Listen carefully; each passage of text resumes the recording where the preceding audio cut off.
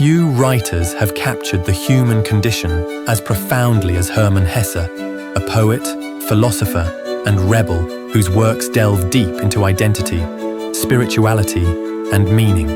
In this video, we'll explore the life and legacy of this literary giant, examining his masterpieces and the timeless ideas that continue to inspire us today. Hermann Hesse was born in 1877 in the small town of Karlov, Germany, into a family defined by contradictions. His father, a strict Protestant missionary, and his mother, born in India, instilled in him both a rigid discipline and a fascination with Eastern philosophy. But young Hesse was a restless spirit. At 14, Hesse entered the seminary, only to rebel spectacularly. He later described this period as one of suffocation, writing in his novel Beneath the Wheel about a gifted boy crushed by institutional conformity.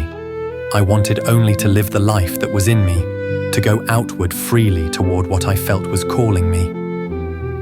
Hermann Hesse's works are not mere stories. They are philosophical explorations, wrestling with the universal questions of identity, purpose, and transcendence. Deeply influenced by Carl Jung, his novels are rich with Jungian archetypes and the process of individuation. Many of his characters reflect Hesse himself, his spiritual crises, his struggles with mental health, and his rebellion against societal norms. Let's delve into three of his most iconic works. Hesse's fascination with Eastern philosophy finds its clearest expression in Siddhartha.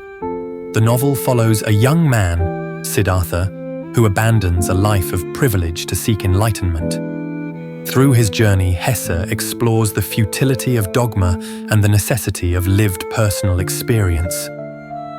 Wisdom cannot be imparted. Wisdom that a wise man attempts to impart always sounds like foolishness to someone else. Knowledge can be communicated, but not wisdom. Siddhartha's ultimate realization that enlightenment comes not from teachers or ascetics, but from embracing the unity of all existence, is profoundly human. True wisdom isn't found in doctrines or teachings. It's an inner realization. Siddhartha learns that even the words of the Buddha, revered as the enlightened one, are insufficient for his personal understanding. The river is everywhere at once, at its source, at its mouth, at the waterfall, at the ferry, at the rapids, in the sea, in the mountains, everywhere, and the present only exists for it, not the shadow of the past, nor the shadow of the future. The river, a recurring symbol, represents the unity and interconnectedness of existence. I had to experience despair. I had to sink to the greatest mental depths, to thoughts of suicide, in order to experience grace. Hesse suggests that the human condition is marked by suffering, and only through fully engaging with life's pain can we move beyond it. Suffering is not an obstacle but a vital teacher. Siddhartha must descend into the world of sensual pleasures and materialism to transcend it. If Siddhartha celebrates harmony, Steppenwolf descends into chaos. The novel's protagonist, Harry Haller, is a middle-aged intellectual who is torn between his wild, instinctual wolf side and his intellectual, cultured man side. Hesse invites us into Haller's fragmented psyche, mirroring the alienation of modern life and disillusionment with bourgeois society. There is no reality except the one contained within us. That is why so many people live such an unreal life. They take the images outside them for reality and never allow the world within to assert itself. Through Harry's torment, Hesse critiques society's obsession with conformity and consumerism, foreshadowing today's existential crises. The Magic Theatre, a surreal realm where Harry confronts his psyche's inner labyrinth, where Harry confronts his fractured identity, desires and fears, forces him to embrace the paradox of his existence. Learn what is to be taken seriously and laugh at the rest. He who cannot laugh at himself is doomed to be unhappy. Hesse critiques the overly serious intellectual, reminding us that self-irony is the key to transcending suffering. Harry's failure to laugh at himself keeps him trapped in despair. Hesse's exploration of existential angst and the search for meaning is timeless. In an era of digital alienation and identity crises, Harry Haller's struggles feel eerily relevant. The novel speaks to anyone who has ever felt out of place, torn between societal expectations and personal authenticity. Hesse's magnum opus, The Glass-Bead Game, earned him the Nobel Prize in Literature. Hesse sets the Glass-Bead Game in the utopian province of Castalia, a world where intellect reigns supreme, where music, mathematics, and philosophy intertwine in a symphonic dance of idea. The book follows Joseph Knecht, a master of an intellectual game that unites art, science, and philosophy.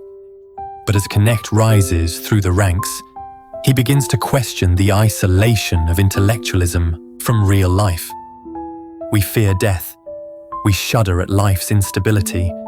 We grieve to see the flowers wilt again and again, and the leaves fall. And in our hearts we know that we, too, are transitory and will soon disappear.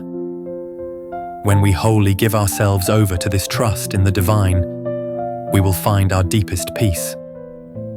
The novel is not just a critique of intellectual elitism, but a meditation on life's impermanence and the need to engage with the world rather than retreat from it. It was more than a game. It was an attempt to contain the infinite in a finite mold. The game symbolizes the human desire to find order and meaning in the chaos of existence. Players use it to draw connections between disparate disciplines, weaving them into a cohesive whole. The game represents the limitations of human intellect. Knowledge alone cannot encapsulate the fullness of life. A life devoted to the purely intellectual is a denial of life itself. Castalia's perfection is an illusion. Hesse challenges the idea that utopias can exist without embracing the messy, unpredictable nature of human existence. Hesse's works remain timeless because they touch on eternal questions. In Steppenwolf, Hesse writes, "Man is not by any means of fixed and enduring form. He is multiple. He is manifold."